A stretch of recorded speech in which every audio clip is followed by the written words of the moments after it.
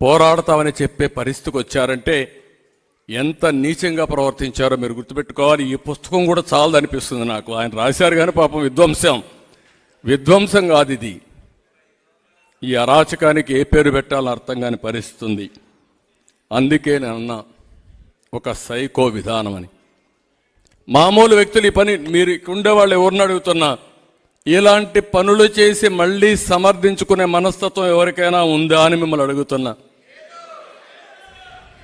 అది దీంట్లో ప్రత్యేకత. మన పుస్తకంలో చాలా స్పష్టంగా చెప్పారు.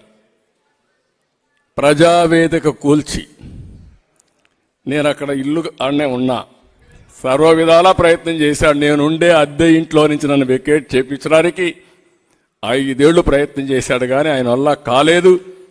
కడాన పక్కనుండే ప్రజావేదిక కూల్చి ఆ డెబ్రీస్ కూడా తీయకుండా అట్లనే పెట్టి ప్రతిరోజు నేను దాన్ని చూసి బాధపడాలనే వ్యక్తిని ఏమనాలో మీరే ఆలోచించుకోవాల్సిందిగా మిమ్మల్ని కోరుతున్నా.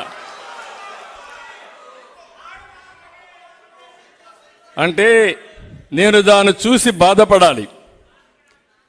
నేనేమడిగాను అక్కడ పక్కన ఒక ఇది ఉంది, ప్రతిపక్ష నాయకుడిని, దాన్ని నేను వాడుకుంటాను ఇమ్మని చెప్పి ఒక లెటర్ పెట్టాను.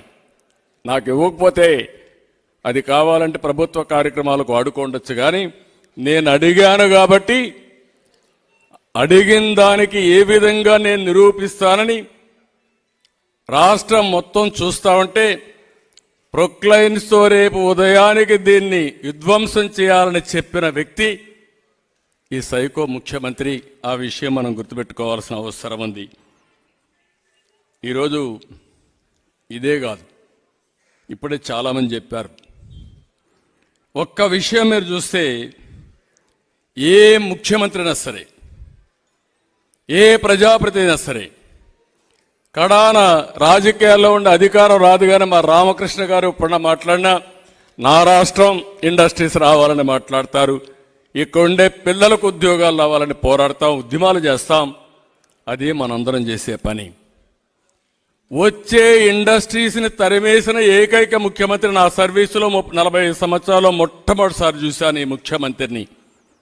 ఎక్కడెక్కడో తిరిగా నేను. ఒక కియా మోటార్స్ తేవాలంటే సౌత్ కొరియాకు 3 సార్లు వెళ్ళా. మా సెక్రటరీని పంపించా.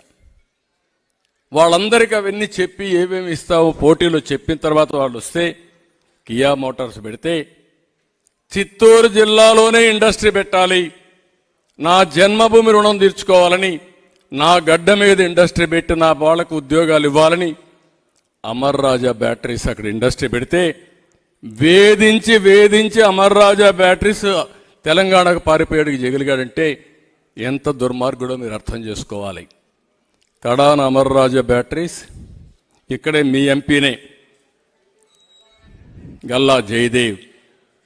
ఈ బాధ భరించలేక ఆ ఇండస్ట్రీ కూడా కాపాడుకోవాలి కాబట్టి రాముడు మారిగా రాజకీయాలకు విరామం ఇచ్చిన వ్యక్తి ఈరోజు గల్లా జయదేవ్.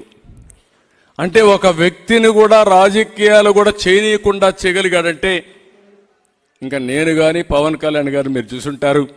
మేమిక్కడ దృఢ సంకల్పంతో 5 కోట్ల భవిష్యత్తు ఏ విధంగా కాపాడాలనే సంకల్పంతో ముందుకు పోతున్నాం తప్ప ఇంకోటి కాదు. ఆ విషయం మీరు చూడాలి.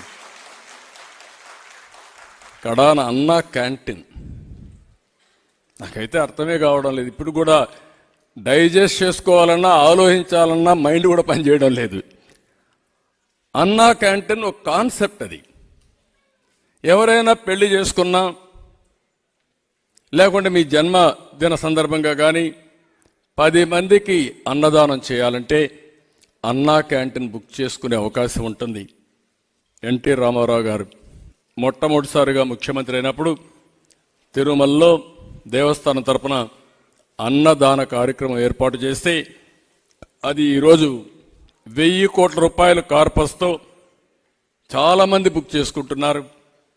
ఒకరోజు పెడుతున్నారు, ఒక పూట పెడుతున్నారు, డబ్బులు ఇస్తున్నారు.